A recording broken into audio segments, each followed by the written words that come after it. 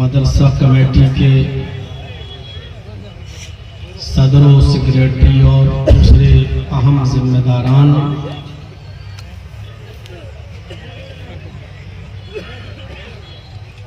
District Katihar और उसके अतराफ व अकनास से तशरीफ लाए हुए मुअज़्ज़ज़ सामईन हज़रात, पर्दा नशीन इस्लामी ख़वातीन, माँ और बहनों, कौमों मिल्लत के लायक वर नौजवानों और मुस्तक़बिल के होनहार अज़ीज़ बच्चों,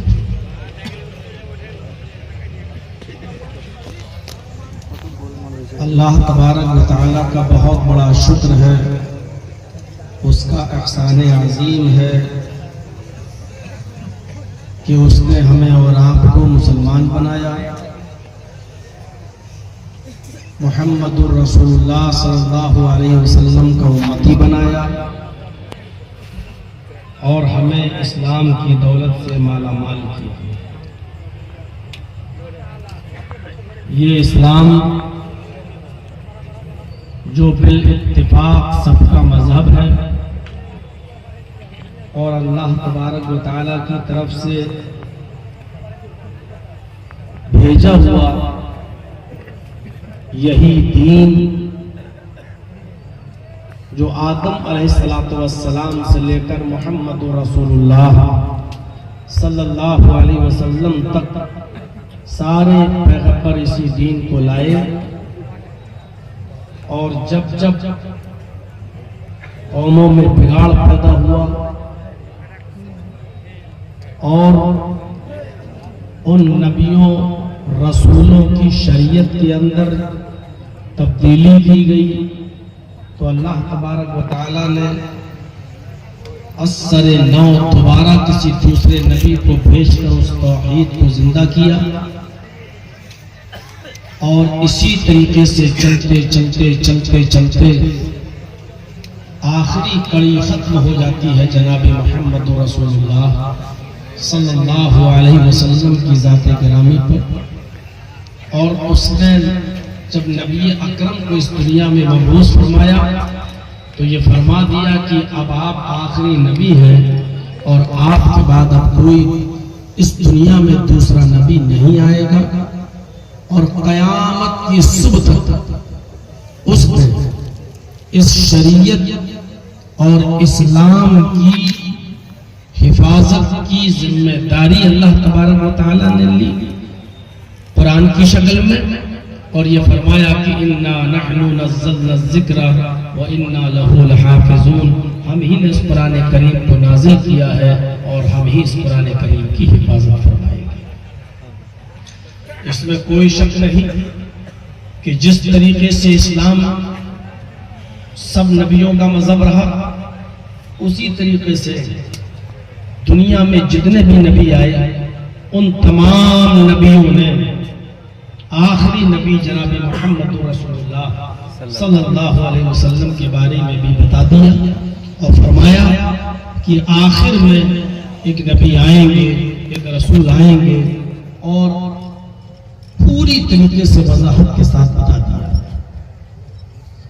हज़रत ईसा अलैहिस्सलातु वस्सलाम जो नबी अकरम से पहले थे उन्होंने जिन लफ्जों में अपनी कौम को खिताब करते हुए फरमाया और मोहम्मद रसूलुल्लाह के आने की बशारत दी, कुरान उसको रिकॉर्ड करता है।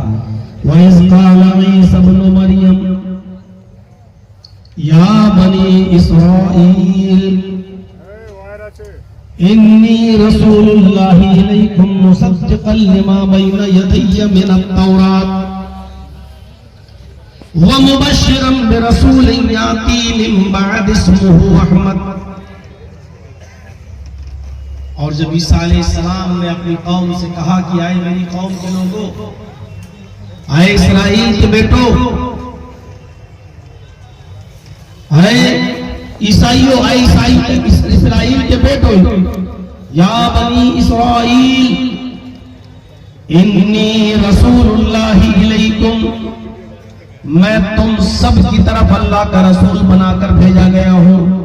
ईसा अलैहिस्सलाम ने कहा मैं तुम्हारी तरफ अल्लाह का रसूल बनाकर भेजा गया हूँ। मुसद्दिक़न लिमा बैना यदैया मिनत-तौरात, मुझसे पहले मूसा अलैहिस्सलाम जो किताब लेकर आए तौरात, मैं उसकी पुष्टि करता हूं, मैं उसकी तस्दीक करता हूं कि वो आसमानी किताब है। लेकिन मेरे बाद भी एक रसूल आएगा। मुझसे पहले मूसा आए, मूसा को तौरात दी गई, ये सही बात।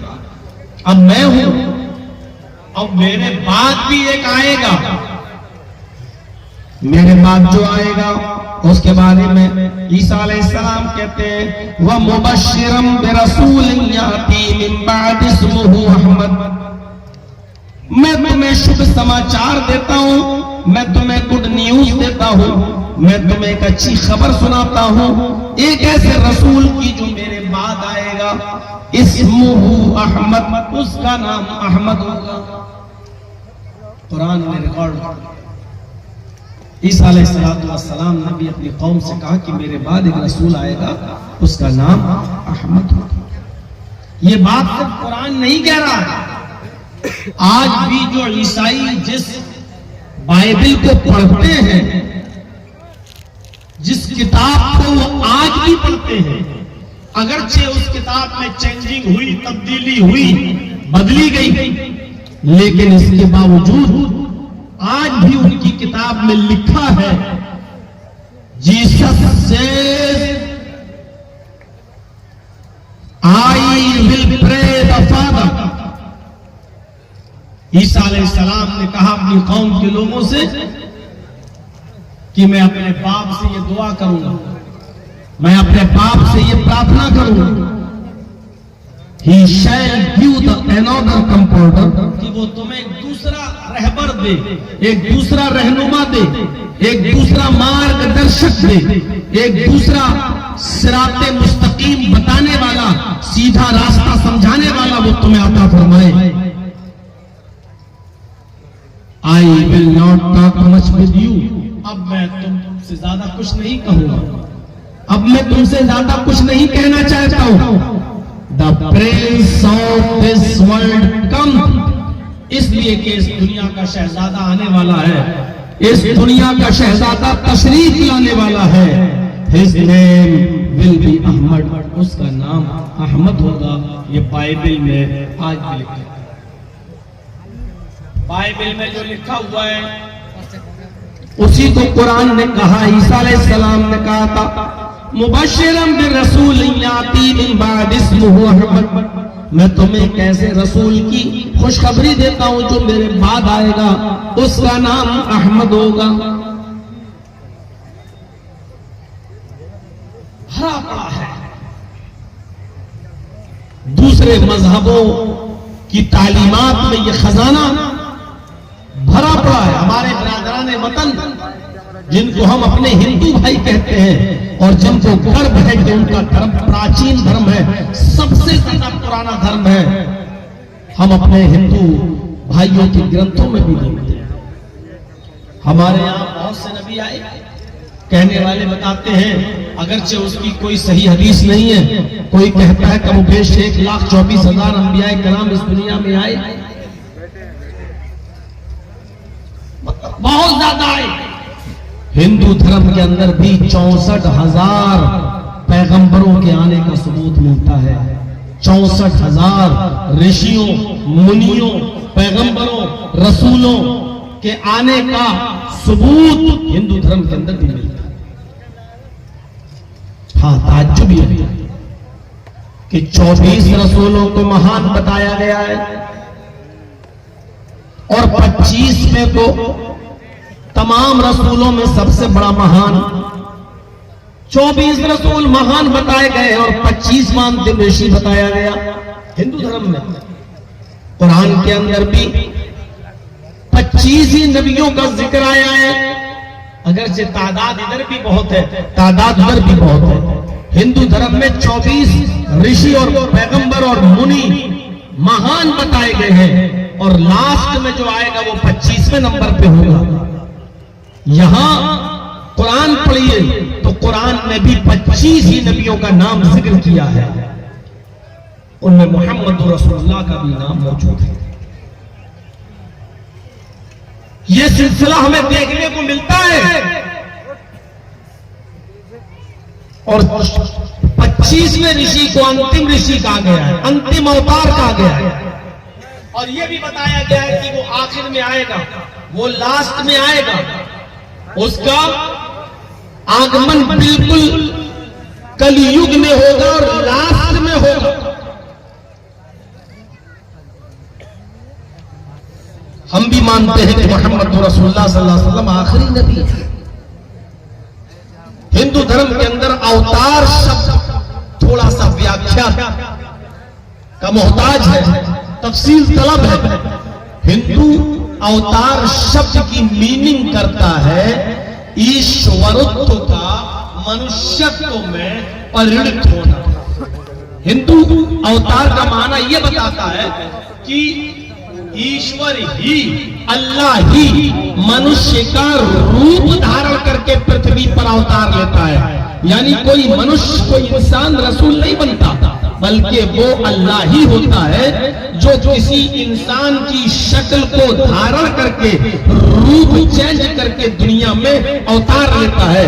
अल्लाह ईश्वर मनुष्य का रूप धारण करता है। हिंदू धर्म के मुताबिक रामचंद्र जी ये अवतार थे, कृष्ण जी अवतार थे, यानी ईश्वर ने ही मनुष्य का रूप धारण करके पृथ्वी पर अवतार लिया है। ये सत्य नहीं है, ये असत्य है, ये सच्चाई नहीं हो सकती है, क्योंकि अल्लाह स्वयं अवतार ग्रहण नहीं करता। अल्लाह खुद जमीन पर नबी बनकर नहीं आता है, बल्कि अल्लाह अपने बंदों में से किसी को रसूल या पैगंबर बनाकर दुनिया में भेजता है। क्योंकि अवतार का माना होता है भेजा हुआ, अवतार का माना होता है भेजा गया, यानी जिसको भेजा गया। तो इसका मतलब ये हुआ कि उसका भेजने वाला भी कोई है। जिसको भेजा गया तो भेजने वाला भी कोई है। जो भेजने वाला है उसको हम अल्लाह कहते हैं, जो भेजा गया है उसको हम रसूल कहते हैं। आखिरी नबी जनाब मोहम्मद रसूलुल्लाह सल्लल्लाहु अलैहि वसल्लम के सिलसिले में नाम के साथ उनका वर्णन आया है, उनका जिक्र आया है। और इस सिलसिले में सबसे पहले हम कल की पुराण का एक मंत्र आपके सामने रखते हैं। इस मंत्र को जरा देखिए और अंदाजा लगाइए इस मंत्र के अंदर क्या लिखा हुआ है। और इस मंत्र में अंतिम ऋषि का जो जमाना बताया गया है, एक चित्रण किया गया है, उस जमाने को जरा हम देखें। इत्थकलो गत्पराय जनेषु खरगर्मिणि धर्मत्राणाय सत्वरेण भगवान दृश्यति। यह है कल की पुराण अध्याय 2 का मंत्र नंबर 14। प्राय जनेषु खरगर्मिणि धर्मत्राणाय सत्वरेण भगवान दृश्यति। इस मंत्र के एक एक शब्द पर अगर हम गौर कर ले तो मोहम्मद रसूलुल्लाह के अलावा कोई दूसरा हमें नजर नहीं आता। इत्थकलो गत्प्राय, कलयुग के कुछ गुजर जाने के बाद, इत्थकलो कलयुग के गत्प्राय, कुछ जमाना गुजर जाने के बाद, कुछ समय बीत जाने के बाद, जनेषु खरगर्मिणि, सब सारी इंसानियत, सारी जनता जब गधों की तरह और जानवरों की तरह हो जाएगी, जब सारी जनता गधों और जानवरों की तरह हो जाएगी, धर्मत्राणाय, तब धर्म की रक्षा करने के लिए सत्वैन और सच्चाई को, सत्यता को स्थापित करने के लिए, सत्यता को नाफिज करने के लिए भगवान अवतरिष्यति, भगवान अवतार भेजेगा, ईश्वर अवतार दुनिया में भेजेगा। अवतार आए, ईश्वर का अवतार आए। पहली चीज अंतिम ऋषि कब आएगा? आखिरी नबी कलयुग में। हिंदू धर्म में 4 युग माने जाते हैं। कितने युग है? 4 युग। सबसे पहला युग सतयुग, दूसरा त्रेता युग, तीसरा द्वापर युग और चौथा कलयुग। सतयुग में सब अच्छे लोग थे, एक भी बुरा नहीं था। सतयुग में हिंदू धर्म के आधार पर एक भी बुरा आदमी नहीं था, सब अच्छे थे। त्रेता युग में बुरे पैदा हो गए, फिर भी अच्छे ज्यादा थे।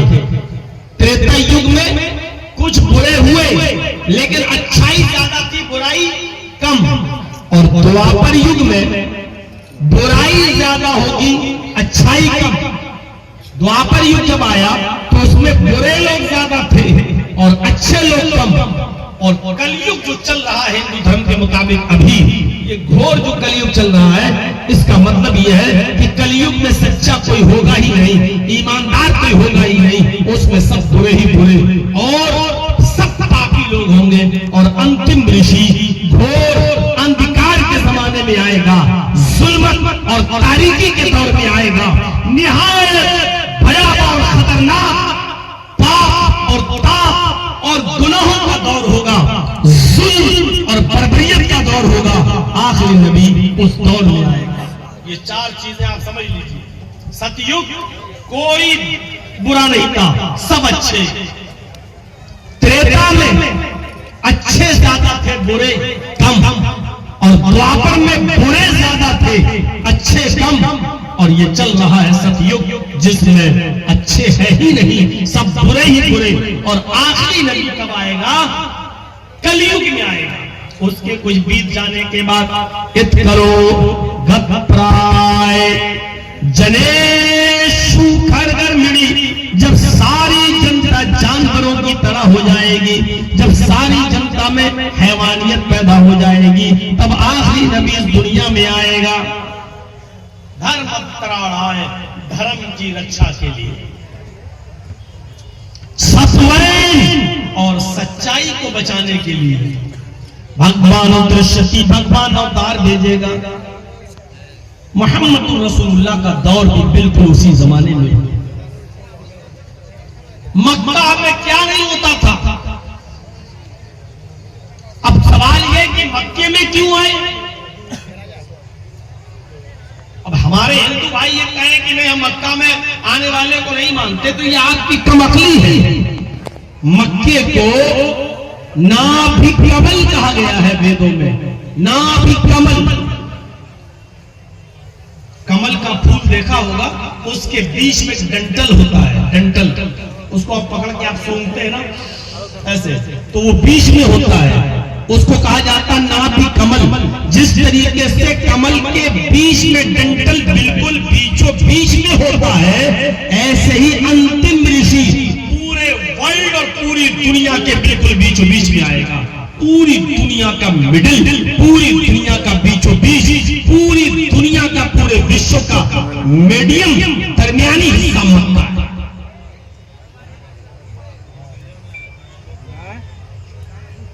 और इस बात को अंतरिक्ष में जाने वाली सुनीता विलियम ने पेश भी किया था।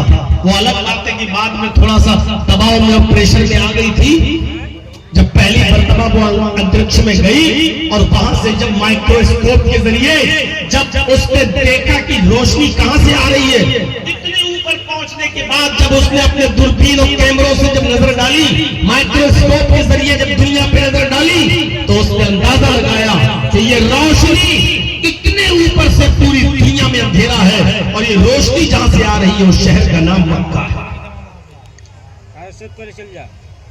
तो अंतिम ऋषि नाभिकमल में पूरी दुनिया के वस्त्र में और बीच में आएगा।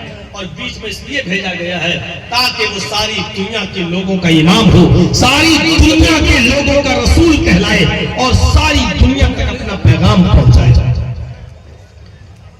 और उसके तकाजा था कि वो बीच में आए। अंधेरा था, जुआ इतना खेला जाता था। अब पढ़िए ज़ातुल मआद अल्लाह में अपने क़य्यिम की, जुआ इतना खेला जाता था कि लोग जुए में अपना रकम, अपनी दौलत हार जाया करते थे, तो अपना मकान जुए में लगा दिया करते थे।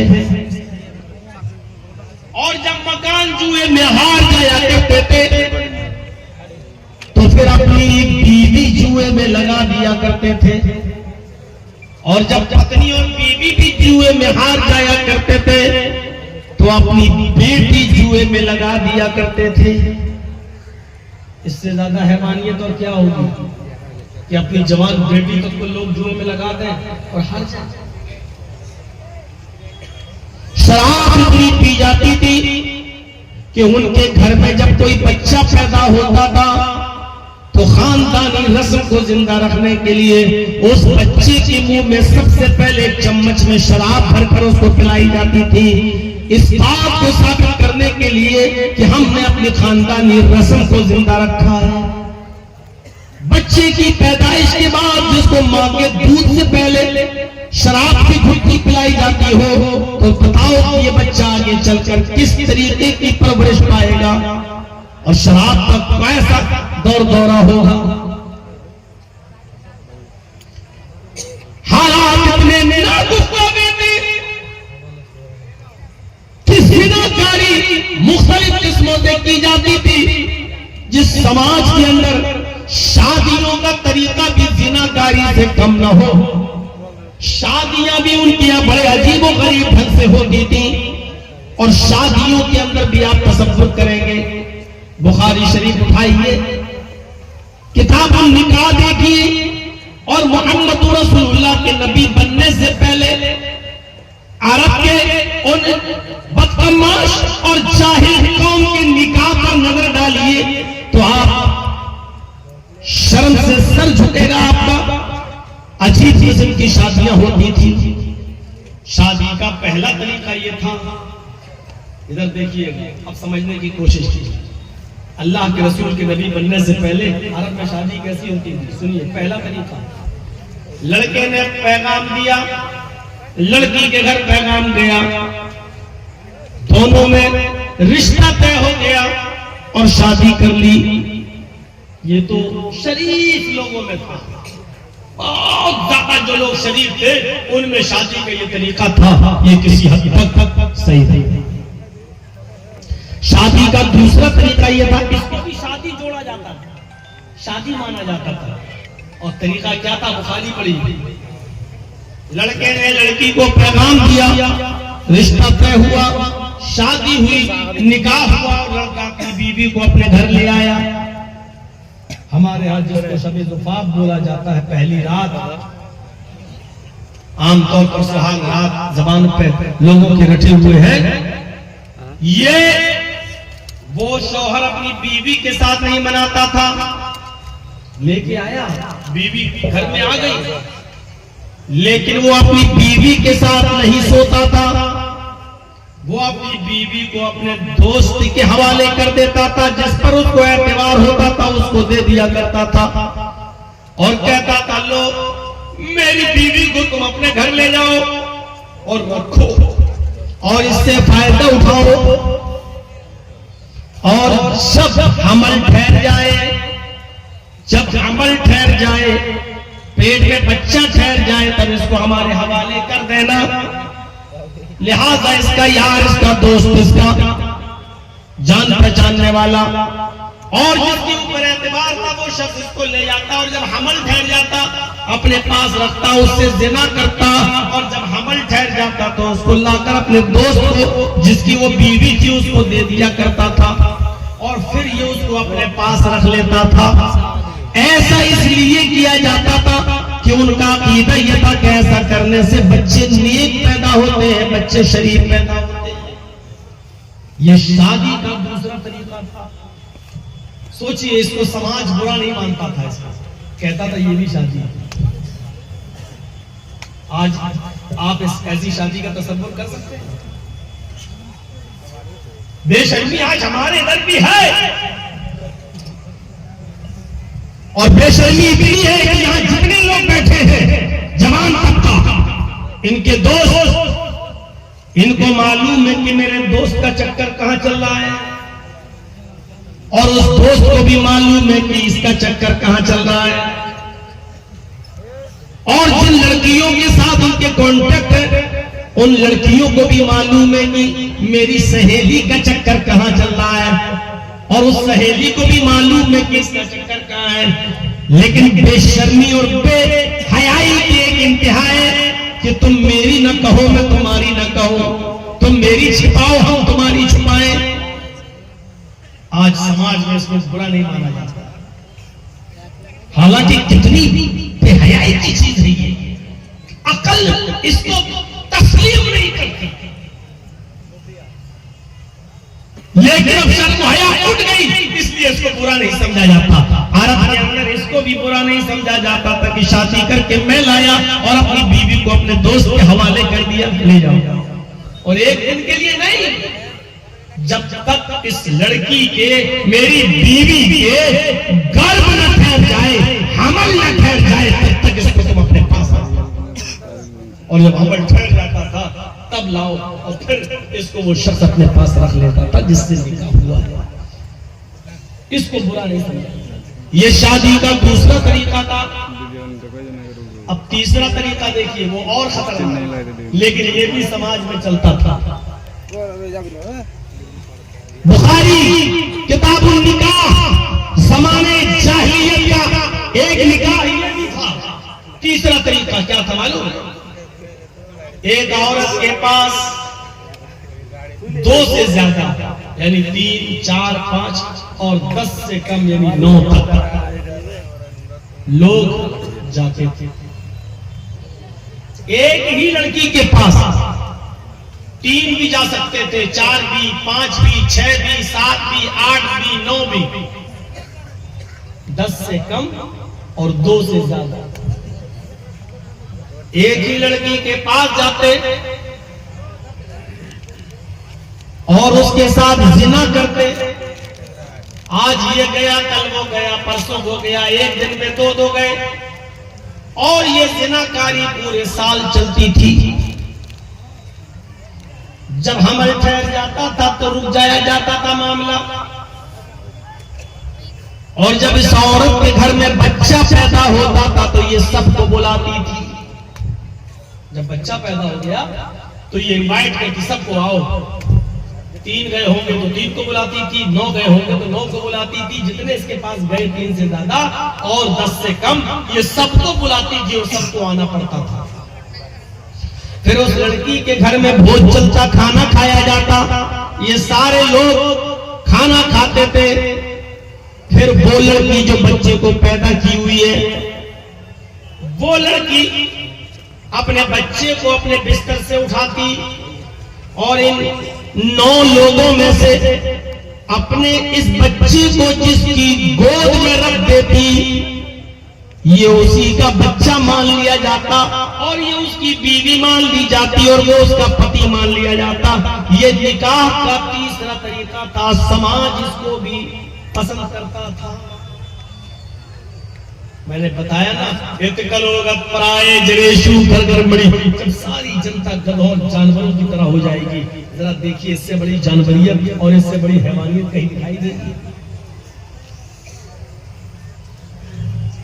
एक ही औरत के पास 3 से ज्यादा और 10 से कम लोग गए, जिना किया, हमल ठहरा, बच्चा पैदा हुआ, उसने सबको बुलाया, बच्चे को जिस आदमी की गोद में रख दिया, ये उसी का बच्चा कहलाएगा, ये उसकी पत्नी कहलाएगी और वो उसका पति। ये शादी का तीसरा तरीका। कितना डेंजर! अब ये उसकी बीवी, अभी तक जितने लोगों ने उसके साथ मुंह काला किया वो सब खत्म, अब ये इसकी बीवी है। ये शादी का तीसरा तरीका था। और चौथा तरीका जरा देखिए, ये चौथा तरीका, ये भी शादी थी। औरतें अपने घरों में हरी झंडी लगा लेती थी। हरी झंडी लगा दी अपने घर पर। जिसके घर पर हरी झंडी लगी हुई है, ये समझा जाता था कि इस घर की औरत हमें दावत दे रही है, उसके पास जो जाना चाहे चला जाए। यहां तो 9 से कम थे, लेकिन यहां कोई गिनती नहीं। हरी झंडी लगी हुई है, जो भी उस औरत के पास जाना चाहे चला जाए। वो किसी भी आने वाले को रोकती नहीं थी और उसके साथ जिना करती थी। और पूरे साल तक जिना होता था, 9 महीने तक जिना होता था। अब पता नहीं कितने लोग उससे मिले। 9 महीने में कितने कोई गिनती होगी, लेकिन ये औरत हर किसी का नाम लिखती, जो भी इसके पास आता उसका नाम नोट करती, उसका एड्रेस नोट करती। पूरे साल के बाद जब बच्चा पैदा होता, 9 महीने के बाद जब बच्चा जन्म लेता, तो इस औरत को तो मालूम ही है कि इसके पास कौन कौन आया।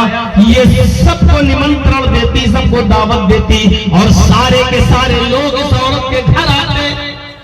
मजाल नहीं थी कि कोई ना आए। अगर तुमने उसके साथ रात गुजारी है, जिना किया, तो तुम्हें आना पड़ेगा। सब आते, जितने लोग पूरे 9 महीने तक उस औरत से मिले, सबको आना पड़ता। सब लोग बैठे हुए हैं, सब आ गए। अब खाने काबा से कयाफा शनास को बुलाया जाता। वो जो होते नहीं, चेहरा देखकर बताते इसकी शक्ल किससे मिलती है, अंदाजा लगाते हैं। अब खाने काबा से कयाफा शनास को बुलाया जाता। जब वो आदमी आता तो उस बच्चे को गोद में लेता और फिर ये देखता कि इस बच्चे की शक्ल इतने लोगों में किस आदमी से मिल रही है। उस बच्चे की शक्ल जिस आदमी से सबसे ज्यादा मिलती, इस बच्चे को उसी की गोद में डाल दिया जाता और ये उसी का बच्चा मान लिया जाता और सारे आदमियों को वापस कर दिया जाता और इस औरत को उस आदमी के हवाले कर दिया जाता। और करो, हजारों लोग इस औरत से मिल चुके, लेकिन अब सब खत्म। अब जिस और आदमी से इसकी शक्ल मिल गई बच्चे की, उसी की गोद में बच्चा रख दिया गया। अभी उसी का बच्चा कहलाएगा, ये उसकी पत्नी और वो उसका पति कहलाएगा। ये शादी का चौथा तरीका था। मेरे भाइयों, यहाँ से हम और आप अंदाजा लगाएं कि कितनी हैवानियत थी और कितनी दर्दगी थी अरब की उस सरजमीन पर, मक्के की उस सरजमीन पर। इतकलो गत्राय जनेषु घर घर मिली धर्मत्राणाय सद्वैन भगवान दृश्यति। कलयुग की कुछ गुजर जाने के बाद, कलयुग की कुछ गुजर जाने के बाद तुम जनता को, आवाम को देखोगे कि वो सारी जनता गधों की तरह और जानवरों की तरह हो चुकी होगी। ऐसे दौर में अंतिम ऋषि आएंगे, ऐसे दौर में आखिरी नबी आएंगे। धर्मत्राणाय, धर्म की रक्षा करेंगे, सत्वैन सच्चाई को नाफिज करेंगे। भगवान दृश्यति, इस दौर में भगवान अवतार भेजेगा, आखिरी नबी इस दौर में आएगा। इस दौर में मोहम्मद रसूलुल्लाह सल्लल्लाहु अलैहि वसल्लम, और आपने आने के बाद डंके की चोट पर ऐलान करते हुए तमाम निकाह को खत्म कर दिया, इन तमाम निकाह को खत्म कर दिया और तमाम निकाह के सिलसिले को मिटा दिया और एक निकाह का उसूल बाकी रखा है, बस जो आज हमारे जमाने में राइज है। और दूसरे का बच्चा अपना बच्चा ना बन जाए, इसके लिए इतने सख्त कानून बना दिए। मसलन शौहर का इंतकाल हो जाए तो औरत को हुक्म है कि दूसरी शादी फौरन नहीं करेगी। अगर उसके पेट में बच्चा है तो जब तक बच्चा पैदा ना हो जाए उसकी इद्दत शुरू हो गई। जब तक बच्चा पैदा ना हो जाए तब तक वो इद्दत में रहेगी। अब बच्चा पैदा हो गया, उसके बाद वो दूसरा निकाह कर सकती है। अगर किसी के शौहर का इंतकाल हो गया लेकिन उस औरत के पेट में बच्चा नहीं है, फिर भी वो निकाह दूसरा भी नहीं कर सकती। 4 महीने 10 दिन तक वो इद्दत गुजारेगी। और ऐसा इसलिए हो सकता है, उस जमाने में मेडिकल साइंस ने इतनी तरक्की नहीं की थी, अल्ट्रासाउंड वगैरह की रिपोर्ट नहीं थी। 4 महीने 10 दिन इद्दत गुजारेगी। हो सकता है कि उसके शौहर के मरने से पहले उसके साथ हम बिस्तरी की हो, तो 3-4 महीने में पेट बता देता है कि इसके पेट में बच्चा है या नहीं, तो 4 महीने 10 दिन की इद्दत रख दी ताकि दूसरा निकाह ये करे तो पहले शौहर और दूसरे शौहर का मुतफा मिल न जाए। जो बच्चा पैदा हो तो पता नहीं उसका नसब किससे जोड़ा जाए। जो मर गया शौहर उसका बेटा माना जाएगा या जिसने निकाह किया उसका।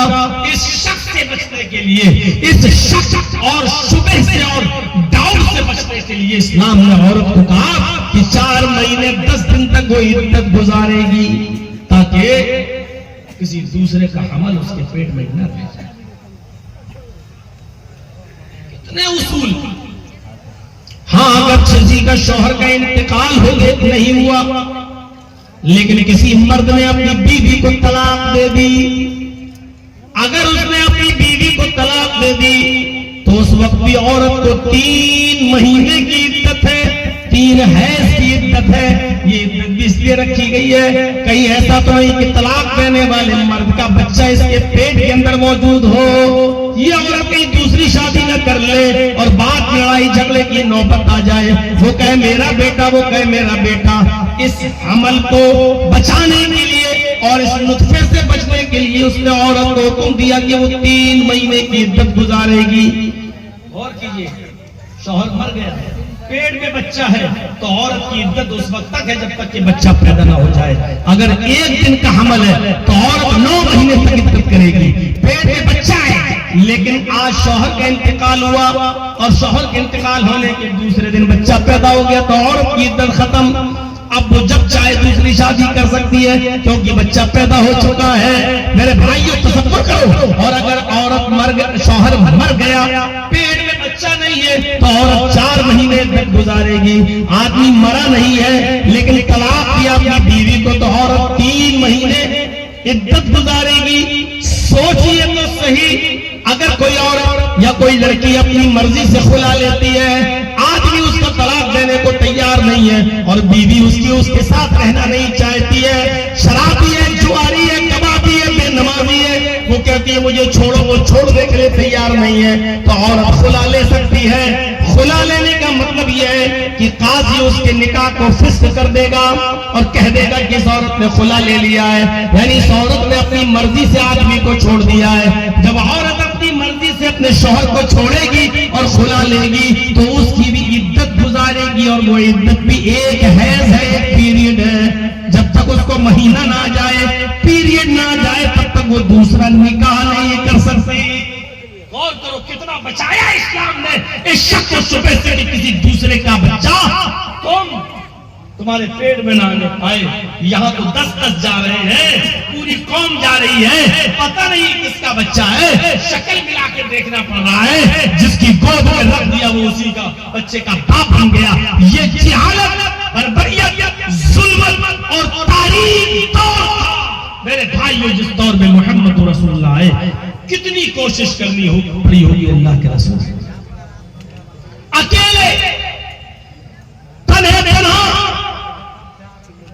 शराब इतनी पी जाती कि शराब के नशे में खुद होकर लोग बजाय अपनी बीवी के अपनी बेटियों तक का हाथ पकड़ने लगते।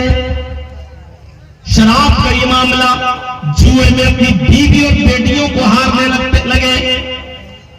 शराब खत्म, जुआ खत्म। इतना ही नहीं, हालात इतने खराब थे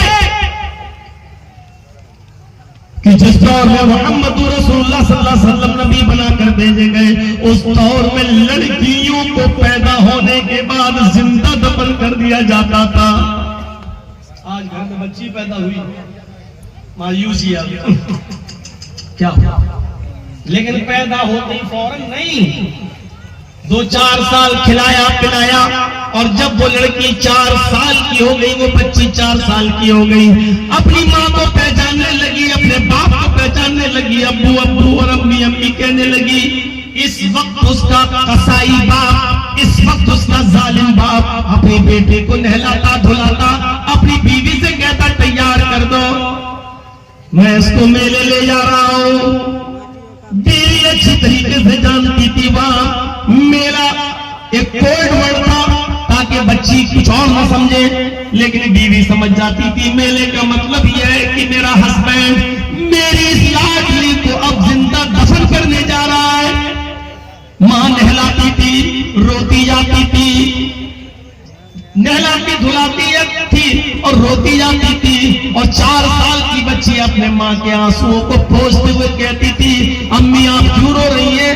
अब्बू मुझे मेले में ले जा रहे हैं, अभी शाम को मैं वापस आ जाऊंगी और शाम का खाना आपके साथ बैठकर खाऊंगी। तो तुम अल्लाह के रसूल के पड़ोसी बनकर रहोगे जन्नत में। रहमत इन हालात पर बड़ा नजर डालिए, कैसे हालात से आपके अंदर और अकेले यहाँ 3 लाख मदरसे, 5 लाख मौलवी, 10 लाख मस्जिदें, लेकिन जहेज की लानत खत्म नहीं, एक बुराई हमारे मुआशरे से हासिल नहीं कर। अकेले अल्लाह के रसूल ने सब कुछ बेड़ा बदल दिया, कौम को चेंज कर दिया। इधर सारे मौलवी मिलकर जहेज खत्म नहीं खत्म, सारे मदरसे मिलकर भी जहेज खत्म नहीं हुआ। मौलवी जर्जी साहब जहेज के खिलाफ बोल रहे हैं। कल जर्जी साहब के बेटे की शादी होगी तो जर्जी साहब भी जहेज मांगेंगे। जहेज के खिलाफ बोल रहे हैं। कल जब बेटी की शादी होगी तो जहेज देना पड़ेगा और देंगे। कहां से मदरसे के तलबा जहेज पर अंजुमनों में तकरीर करते हैं, लेकिन मौलवी बनने की बात नहीं करते हैं तो वो भी मोटरसाइकिल जहेज मांगते हैं। जहेज कहां खत्म होगा? सोचिए कल वक्त पर आए जरे सूखा गर्मी धर्मणी बाणा है सदैव भगवान और शशि दूसरा नंबर देखिए भागवत पुराण पुराना शंभल गिरा में सोत सुआ जीव जाता है मंगलाचार्य बहुला लापिता विभजिता अंतिम ऋषि शंभल ग्राम में आएगा। आखिरी रसूल शंभल ग्राम में आएंगे। शंभल के माना शांत और ग्राम मानी गांव। आप लोग भी बोलते हैं ग्राम खाना पोस्ट, ये ग्राम ये विलेज, ग्राम यानी गांव। शंभल शांति वाला, ग्राम गांव, शांति वाला शहर, शांति वाला गांव। आखिरी नबी कहाँ आएंगे? शांति वाले गांव में। मोहम्मद रसूलुल्लाह कहाँ आए? मक्के में। और मक्के को क्या कहा गया? अल बलदिल अमीन, अमन वाला शहर, शांति वाला शहर। वत्तीनी वल्ज़ैतूनी वतूरि सीनीन वहाज़ल बलदिल अमीन। कसम है तीन ज़ैतून की, कसम है सीना की, वहाज़ल बलदिल अमीन। और कसम है अमन वाले शहर की, कसम है शांति वाले गांव की। अल्लाह ने मक्के को शांति वाला शहर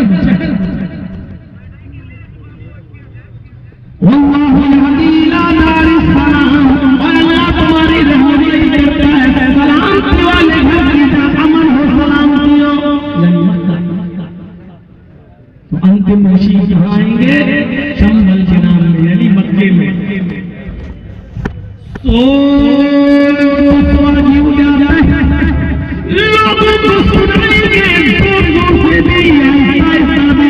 लोगों को दीन का निमंत्रण देंगे, लोगों को दीन की बातें बताएंगे, लोगों को अच्छी अच्छी बातों की तरफ आमादा करेंगे, बुलाएंगे उनको। लोगों को सुनाएंगे, ऊंची जगह पर खड़े होकर यानी मिंबर पर खड़े होकर लोगों को दीन की बातें बताएंगे।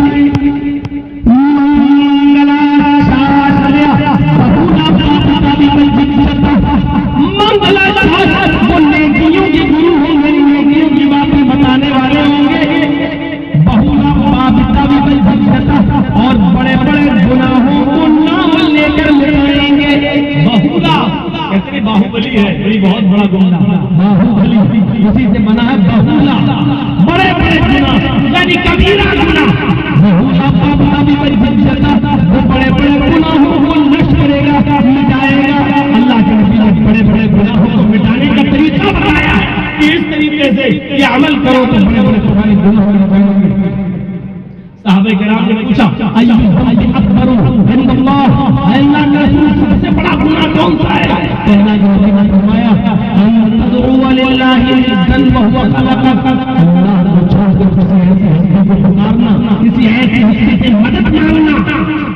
हालांकि उसने तुम्हें पैदा किया है। काला तुम्मा अय्युन, अल्लाह के रसूल ने शिर्क सबसे बड़ा गुनाह है आपने फरमाया, था उसके बाद सबसे बड़ा गुनाह कौन सा है? अल्लाह के नबी फरमाते हैं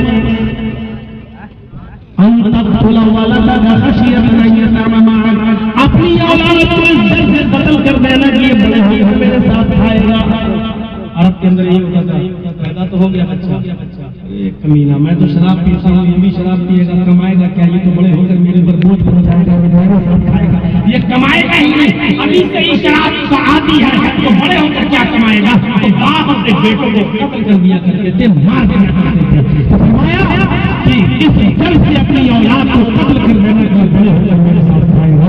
आज माँ के पेट में बच्चियां मारी जा रही है इस डर से कि 4 बच्ची तो पहले से मेरे पास है, 5वीं भी मेरे पेट में बेटी है, हम इतना जहेज कहाँ से लाएंगे? अपनी बेटी के लिए जहेज हो जाएगा, वो जाती है नर्सिंग होम, पैसा खर्च करके अपने पेट के बच्चे को बढ़ा देती है, इसका करा देती है, हमल गिरा देती है, मार दबा देती है। जिन औरतों के पेटों से बच्चे मार दिए जाते हैं, जिन पेटों से हमल गिराए जाते हैं, कयामत के दिन अल्लाह पेटों से मरने वाले बच्चों को जबान देगा और ये बच्चे आएंगे अपनी माँ की पिस्तान से लड़के हुए होंगे। कयामत के दिन ये छोटे छोटे बच्चे जो अपने माँ की पिस्तानों से लड़ते हुए होंगे, वो अपने माँ के पेट में मार डाले गए, अपने माँ की पिस्तानों से चिपके हुए होंगे, लटके हुए होंगे, अपने माँ की पिस्तान, अपने माँ का दूध चूस रहे होंगे, अपने माँ की पिस्तान से चिपके हुए होंगे।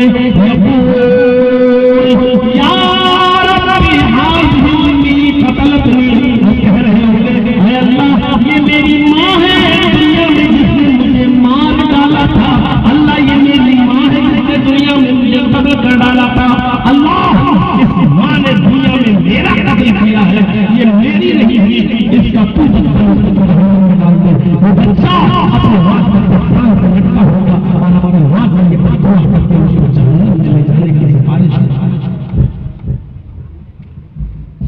ये तो हलाल बच्चे गिराने, सोचो जो तुम्हारे पेट में तुम्हारी औलाद है तुम उसको गिरा देती हो। इस्लाम के अंदर तो हराम बच्चा भी गिराने की इजाजत नहीं है। लड़का लड़की को गलत कदम उठा के हमल ठहर गया तो इस्लाम तो ये कहता है कि लड़की की गलती की सजा उस बच्चे को मत दो जो पेट में पल रहा है, उसको बाहर आने दो। हाँ अगर इस्लामी हुकूमत है तो लड़के को सजा दे दो, लेकिन लड़की को सजा उस वक्त दो जब बच्चा पैदा हो जाए। और अगर वो दूध पीता है तो सजा मुलतवी कर दो, पोस्टपोन कर दो, जब तक वो बच्चा दूध न छोड़ दे, दूध न खाने लगे, तब तक के लिए उसको सजा नहीं दी जाएगी। अरे इस्लाम तो हराम औलाद तक गिराने की इजाजत नहीं देता, हलाल औलाद तक गिराने की इजाजत नहीं देता।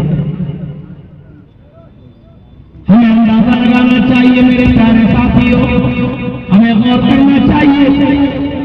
फरमाया कि 2 महिला 4 मोहल्ला पिता भी बच्चे देता, बड़े बड़े गुनाहों को नाम ले लेकर मिटाएगा। पूछने वाले ने पूछा तुम और अपने औलाद के बाद सबसे बड़ा गुनाह कौन सा है? फरमाया हलील मजारिक, अपने पड़ोसी की बीवी के साथ जिना करना, पड़ोस में रहने वाली लड़की के साथ जिना करना, पड़ोसी के साथ। इसका ये मतलब नहीं है कि जो पड़ोसी का हो दूसरी कहीं और रह रही हो उसके साथ जिना करना, पड़ोसी के साथ जिना करने को बतौर खास इसलिए बताया गया है क्योंकि पड़ोस का मामला बहुत करीब का होता है। मेरी बेटी आपके घर जाती है, आपकी बेटी मेरे घर आती है, मेरी बहन आपके घर जाती है, आपकी बहन मेरे घर आती है, मेरी बीवी आपके घर जाती है, आपकी बीवी मेरे घर आती है। उसका मामला इतना गहरा है कि मेरी बीवी आपके घर, आपकी बीवी मेरे घर, आपकी बहन मेरे घर, मेरी बहन आपके घर, मेरी बहन को आप अपनी बहन, आपकी बहन को मैं अपनी बहन समझ रहा हूँ, और आपकी बेटी मेरे घर, आपकी बेटी को मैं अपनी बेटी, और मेरी बेटी आपके घर जाती है तो आप मेरी बेटी को अपनी बेटी समझ रहे हैं। करीब का रिश्ता अगर तुम साझेदार कर सकते हो, साझेदार कर सकते हो, तो दूसरों की माँ बहन बेटियां कैसे बचेंगी? फरमाया बड़ा बुरा ये है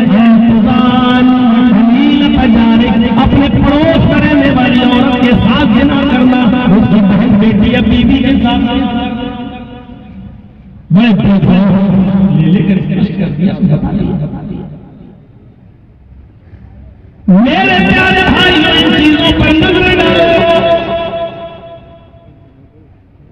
ये रामचरितमानस जो लिखी है तुलसीदास जी ने, एक है रामायण वाल्मीकि जी की, बहुत पुरानी है। और वाल्मीकि की रामायण में राम का राम इंसान है, भगवान नहीं। जो 2000 साल पहले रामायण लिखी गई, उस वाल्मीकि की रामायण में राम को पुरुष कहा गया है। ये तुलसीदास जी के रामायण में राम को भगवान कहा गया है। रामायण में राम को भगवान माना गया है। लेकिन रामचंद्र जी की रामचरितमानस तुलसीदास जी ने उसके 12वें अध्याय संग्राम पोथी लिखी है। एक उसका आसान हिंदी में तर्जुमा किया है। उस तर्जुमे पर बड़ा गौर कीजिएगा के बारे में क्या कहते हैं।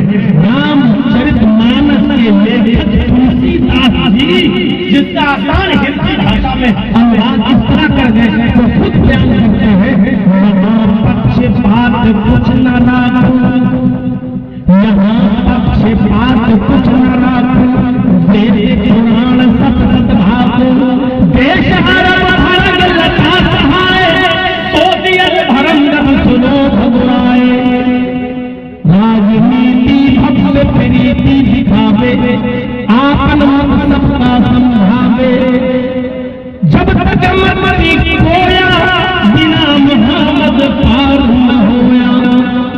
मेरे भाइयों, इन शब्दों पर जरा गौर करो। तुलसीदास जी क्या कहते हैं कि यहाँ पक्षपात कुछ न राखूं, आज मैं किसी की तरफदारी न करूंगा, आज मैं किसी की हिमायत नहीं करूंगा, आज मैं किसी साइड नहीं रहूंगा, पक्षपात नहीं करूंगा। वेद पुराण सब भागो, वेदों में पुराणों में जो कुछ लिखा है उसको मैं बिल्कुल सच बताऊंगा। वेदों पुराणों में जो कुछ भी लिखा है उसको मैं बिल्कुल सही सही बयान करूंगा। वो कहते हैं देश अरब भारत लता सहाय, सोवियत भारत सुनो भगवाए। अरब का देश दोहरा सितारे के मानी चमकेगा, चांद मीनार के चांद की तरह चमकेगा। देश अरब भारत लता सहाय, अरब का मुल्क दोहरा सितारे के मानी चांद की तरह चमकेगा। सुनो भगवाए, उसमें अनहोनी बातों को दिखाने वाला, चमत्कार दिखाने वाला आएगा, यानी मौजूदे दिखाने वाला आएगा। जो काम दूसरे न कर सके वो उसमें करके दिखाएगा। उंगली के इशारे से चांद के 2 टुकड़े करके दिखलाए। अबू जान ने पूछा, बताओ मेरी मुट्ठी में क्या है? अगर बता दोगे तो मैं ईमान ले आऊंगा। अल्लाह के नबी ने फरमाया, इस मुट्ठी को अपने कान में लगा, तेरी मुट्ठी में बंद कंकरियां मेरी नबी होने के इकरार कर रही है। अबू जहल ने वो मुट्ठी कान में लगाई, कंकरियों से आवाज आ रही थी, अशहदु अल्ला इलाहा इल्लल्लाह व अशहदु अन्ना मुहम्मदन अब्दुहु व रसूलुहु। अबू जहल ने वो कंकरियां जमीन पर फेंकते हुए कहा, मोहम्मद बाबू तू जादूगर है, देख तूने अपने जादू से कंकरियों में भी आवाज डाल दी। फिर भी नबी नहीं माना। मेरे भाइयों, अनहोनी बातों को बताने वाला आएगा, चमत्कार और मुझे दिखाने वाला आएगा, चमत्कार और मुझे दिखाने वाला इस दुनिया में आएगा। देश अरब भारत लता सहाय, सोवियत भारत सुनो भगवाए, राजनीति भव्य प्रीति दिखावे, राजनीति करेगा। नरमी की जगह नरमी और सस्ते की जगह सस्ती करेगा। सियासत इसी को कहते हैं। राजनीति भव्य प्रीति दिखावे तो राजनीति करेगा, सियासत करेगा। लेकिन आजकल की तरह गंदी सियासत नहीं, आजकल की तरह बेहुदा सियासत नहीं, आजकल की तरह नियमात और अपवित्र राजनीति नहीं, आजकल की तरह शैतानी धोखे देखी जाने वाली राजनीति नहीं। राजनीति भव्य प्रीति दिखावे, आपन सबका समझावे, वो नरमी की जगह नरमी करेगा और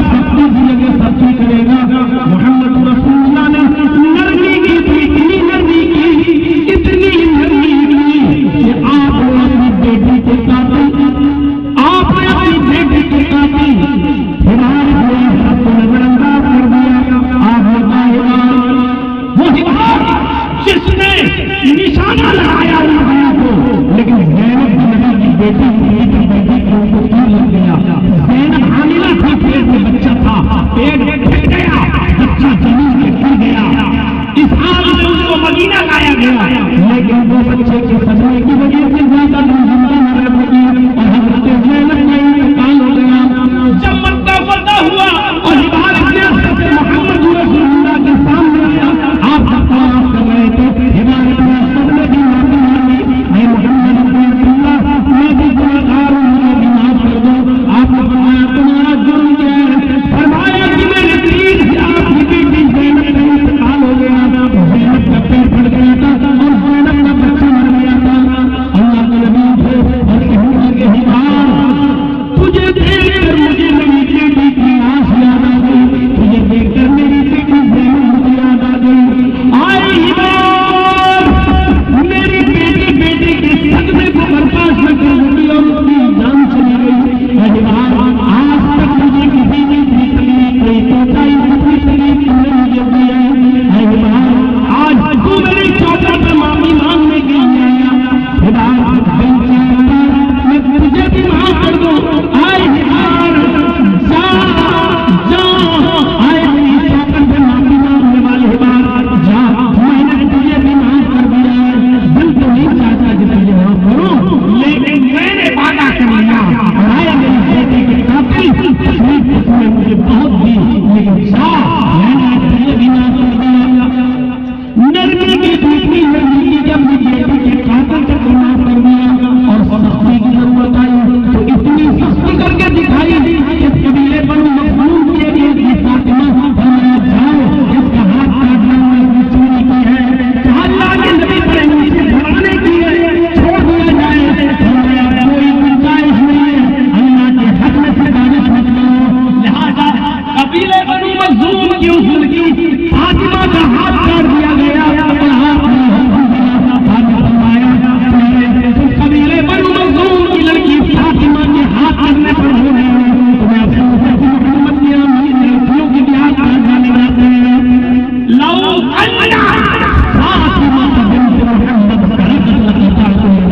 अगर आज उस लड़की की जगह पर मेरी अपनी बेटी फातिमा होती तो मैं अपनी बेटी फातिमा का भी हाथ काट डालता, मैं अपनी बेटी फातिमा का भी हाथ काटने में जरा भी नहीं पूछता। वल्लाहि लौ अन्ना फातिमा बिन्त मोहम्मद, अल्लाह की कसम अगर मोहम्मद की बेटी फातिमा की चोरी करती सड़क अपना कटाते लगा तो मैं उसका भी हाथ करवा देता। मेरे भाइयों ये अदल का तकाज़ा, सख्ती की जगह इतनी सख्ती और नरमी की जगह इतनी नरमी। और फिर मंत्र में क्या लिखा है? जब तक जब तक दुनिया में मीठी और सुरीली आवाज बाकी रहेगी, यानी जब तक दुनिया में कुरान बाकी रहेगा, बिना मोहम्मद पार न हो गया तब तक कोई भी बिना मोहम्मद के पार नहीं हो सकता। ये रामचरितमानस के अंदर जो चौपाइयां लिखी है तुलसीदास जी ने ये भी लिखा हुआ है, बिना मोहम्मद पार न होगा। यानी जब तक दुनिया में कोई भी मोहम्मद के बगैर यानी रसूलुल्लाह की इताअत के बगैर कोई आदमी निजात नहीं पा सकता है। मन अताअनी जन्नत चाहते हो मेरी इताअत करो और जिसको मेरी मन उससे मेहनत से इनकार किया। तो ये मंत्र हमें बतला रहे हैं मेरे भाइयों की कलयुग का अंतिम नबी और कलयुग का आखिरी नबी अगर कोई है तो वो सिर्फ मोहम्मद रसूलुल्लाह है। एक मंत्र और आपके सामने रखकर बात को खत्म करूंगा। मेरे भाइयों आगे बढ़िए और आगे बढ़ने के लिए बहुत सुंदर मंत्र अश्वनाथ बड़ा अच्छा सुना छोड़िया है मरती मरती घर पर चढ़ाई रोटी छोड़ी हमेशा है सुना छोड़िया है मरती मरती घर पर चढ़ाई रोटी छोड़ी हमेशा इतना सुंदर हो गया आखिरी नबी इतना सुंदर होगा तुम्हारे दिमागों में नहीं रहेगी, उसकी खूबसूरती तुम्हारे दिमागों में नहीं रहेगी। मेरे भाइयों इस छोड़िया होगा अतुल्य छटक रही होगी अर्थात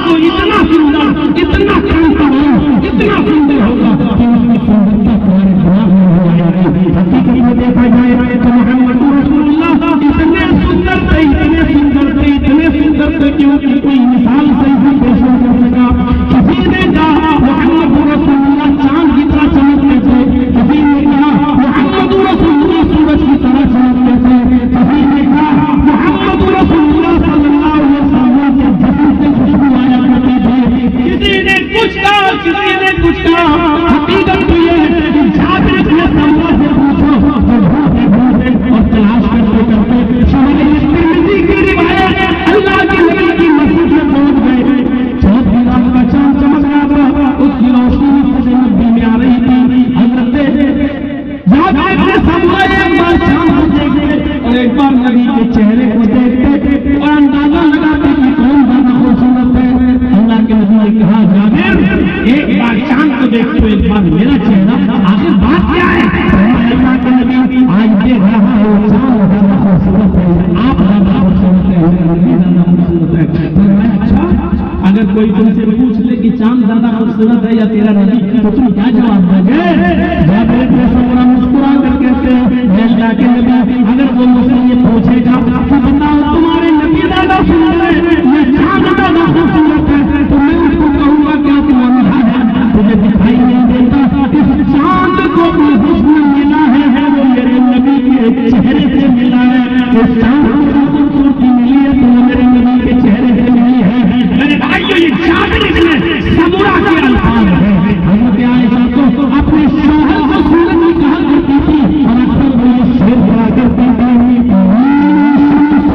वलिल्लाह पाकी शम्सी वलिल्लाह पाकी शम्सी खैरुम मिन शम्सी समाई ली शम्सुन वलिल्लाह पाकी शम्सी खैरुम मिन शम्सी समाई इन्न शम्स ततलू बाद फजर शम्सी ततलू बाद निशा।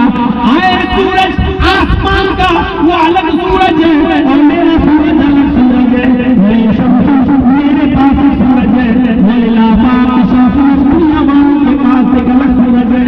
शम्सी खैरुम मिन शम्सी समाई, मेरा सूरज दुनिया वाले सूरज से बेहतर है। लोगों तुम्हारे सूरज से अच्छा सूरज है। इन्न शम्स ततलू बाद फजर, लोगों तुम्हारा सूरज तो फजर के बाद निकलता है। शम्सी ततलू बाद निशा, और मेरा सूरज तो ईशा के बाद मेरे बिस्तर पे आता है। मेरे भाइयों, जरा उठाइए वो मंजर उनमें मोहब्बत का जो भी मुसलमान नहीं होती। और अल्लाह के नबी सल्लल्लाहु अलैहि वसल्लम उसके दरवाजे पर पहुंच गए। दरवाजा खोला, कहने लगे माँ मेरे साथ ये मेरा दोस्त है, भूख लगी हुई है, मैं तेरी चौखट पे आया हूँ, खाने को कुछ तो दे दे। कहने लगी बेटी खाने की तो घर में कुछ नहीं है। सामने बकरी थी, फरमाया इस बकरी का दूध पिला दे। इसका बेटा इस बकरी ने कुछ कई महीने पहले दूध देना बंद कर दिया है। आपने कहा कोई बर्तन हो धुला, मैं इस बकरी को आजमाता हूँ, देखे शायद ये बकरी दूध दे दे। वो समझी बच्चा मुझे ये लड़का ढूंढता है, बार बार हमसे जिद कर रहा है, इसको यकीन नहीं हो रहा है, समझ रहा है कि बकरी दूध देती है लेकिन मैं इसको पिलाने नहीं चाहती। वो भैया थी, उनने मोहब्बत अंदर गई, बर्तन लाई, कहने लगी मेरे ऊपर यकीन नहीं, मेरे ऊपर भरोसा नहीं, तो तू ही जाकर धोकर देख ले। अल्लाह के नबी ने बर्तन लिया, आगे बढ़ गए।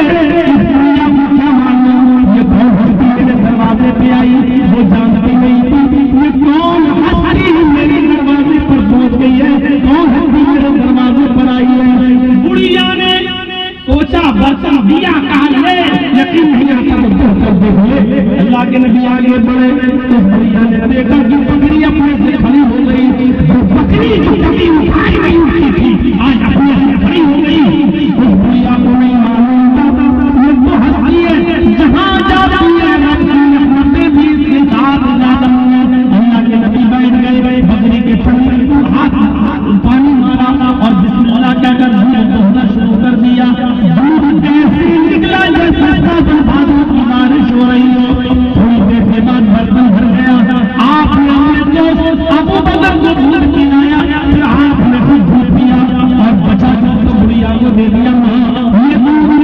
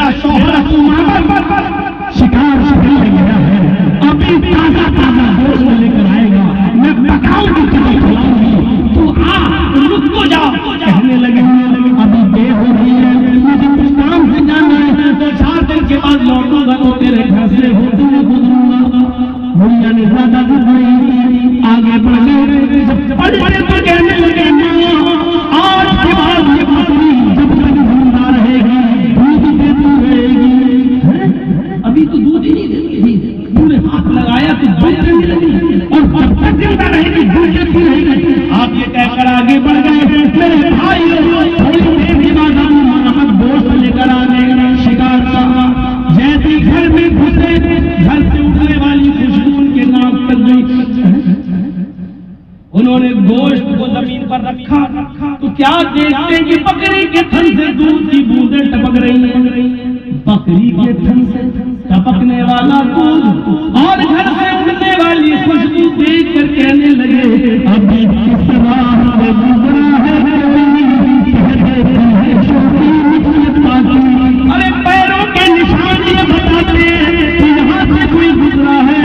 अरे उनमें माँ बाप इस घर से उड़ने वाली खुशबू और बकरी के थन से टपकने वाला नमूद ये बदला रहा है। कोई रहमत वाला आया था, कोई बरकत वाला आया था। कहाँ गया? थोड़ी दूर गया होगा, जल्दी जाओ, भूखा था, पकड़ के लाओ, खाना बनाती हूँ। अब वो माँ बच गए, फिर लौट के आए, बीवी तुमने उसका हुलिया तो बताया ही नहीं। अरे बताओ तो उसको पहचानूं कैसे? उसकी आंखें कैसी थी, उसकी नाक कैसी थी, उसका सीना कैसा था, उसका माथा कैसा था, उसके बाल कैसे थे, उसका चेहरा कैसा था। अरे उसको उसकी हुलिया की खबर तुमने पहचानूं कैसे? तुमने मावत कहती है मेरे शौहर मुझे कुछ नहीं मालूम।